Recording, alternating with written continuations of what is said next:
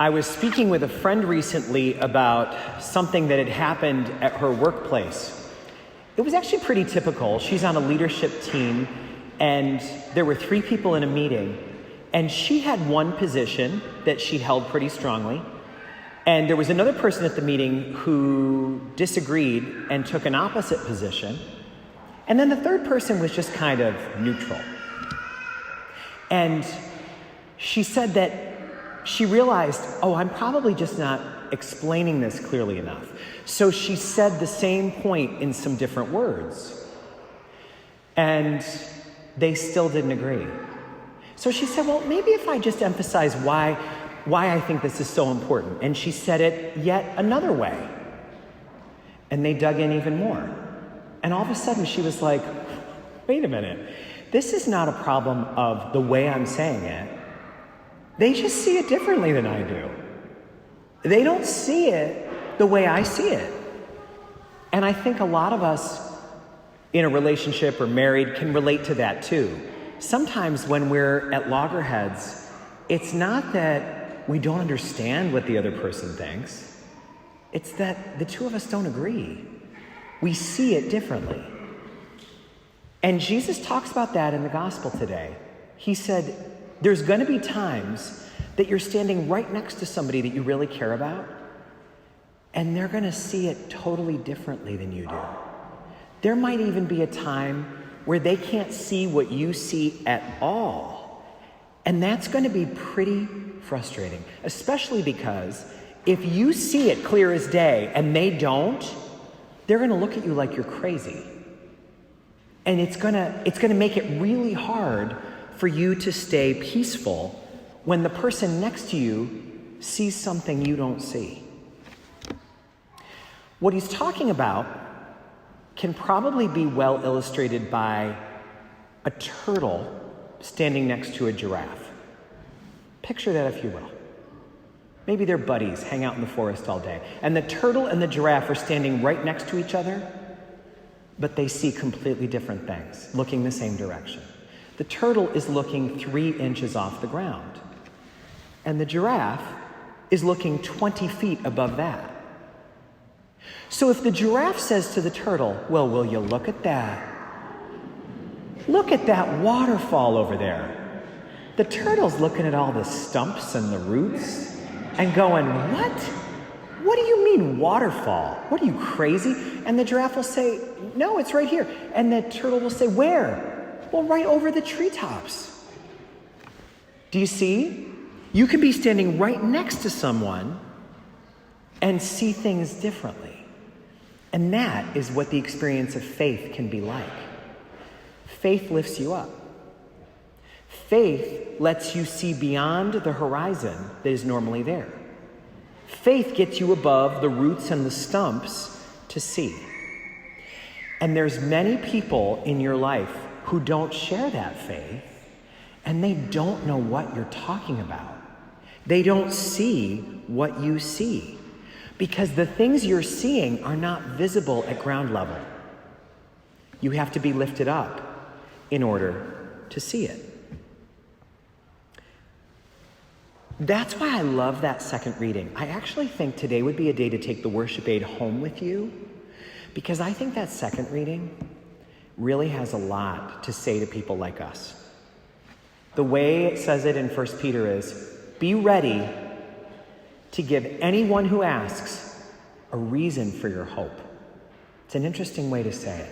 Be ready to be able to offer a reason for your hope when someone asks you about it unexpectedly. That's the giraffe you were talking about. Every once in a while, someone who's looking at ground level is going to say, wait a minute, what is it with you? What do you see? What is it that you're talking about? And we have to be ready to give a reason for our hope. And sometimes it's what we think about and what we care about that tips them off. Because for a lot of people, the only excitement in life comes from next weekend's plans, hopefully on a boat, maybe some barbecue. That's as good as it gets. And then maybe some reality TV in between now and then. and then riding that adrenaline roller coaster of looking at the political news every day. For a lot of people, that's where they live, right there, stumps and roots. That's as good as it gets. So when they are with somebody who's looking at a waterfall and looks beyond all the stumps and roots and says, wow, what a wonder life is, they might get curious. And as a matter of fact, they often do, but you just never know when. And we're being told, be ready for that conversation. You won't know when it's coming, but be ready to give a reason for your hope when someone asks you, what is it with you? What do you see? Why are you staying calm? They may ask, I've known you a long time and you've gone through some hard stuff, but you're not bitter. Why not? What's going on with you? What do you see? And what we're hearing is we have to give our experience of what gives us hope. It's not going to work to quote to them from a book. They can read a book too. It won't work to be preachy to them. That'll turn them off.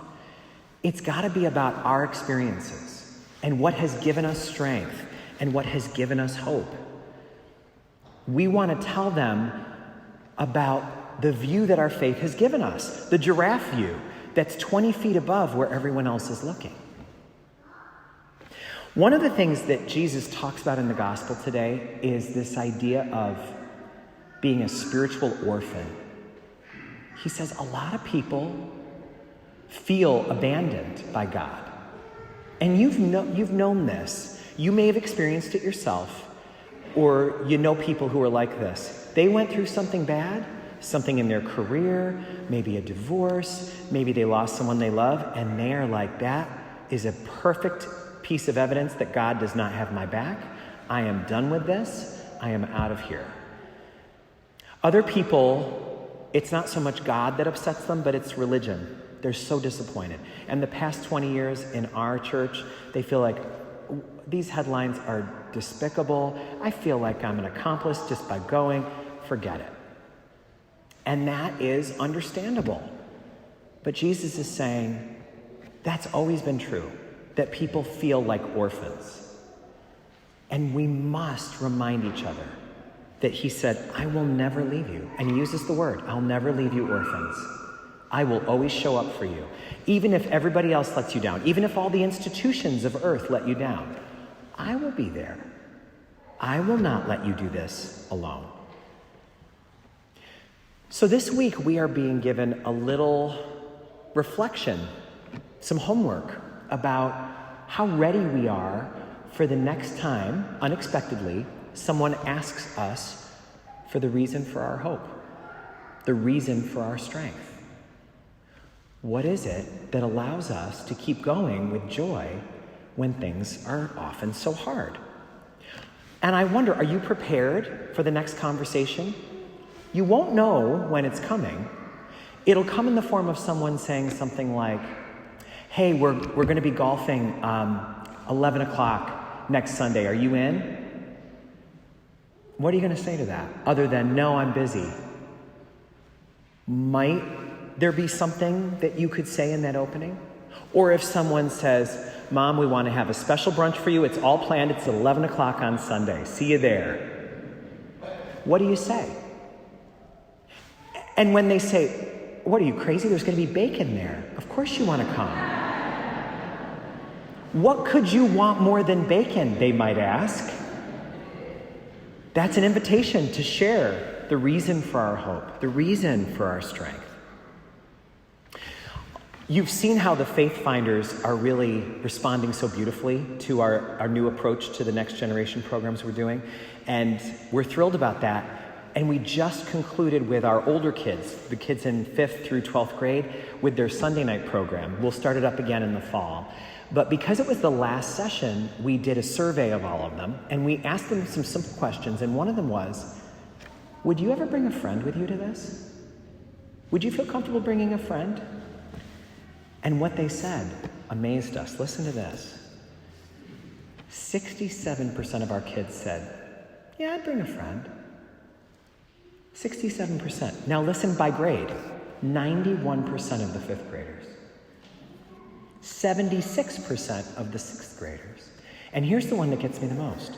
65% of the teenagers. Yeah, I'd bring a friend to this. I would do that. Can you imagine? They're way ahead of us. Because how many of us would feel comfortable bringing a friend to Mass?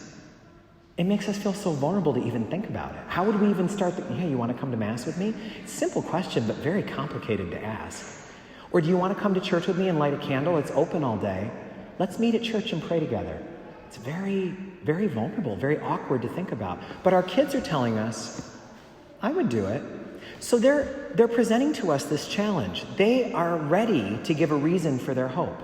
They're ready for someone to say, hey, what are you doing on Sunday night? Want to hang out?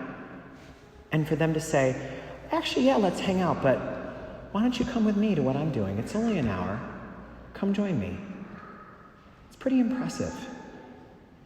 And it's a responsibility that we have.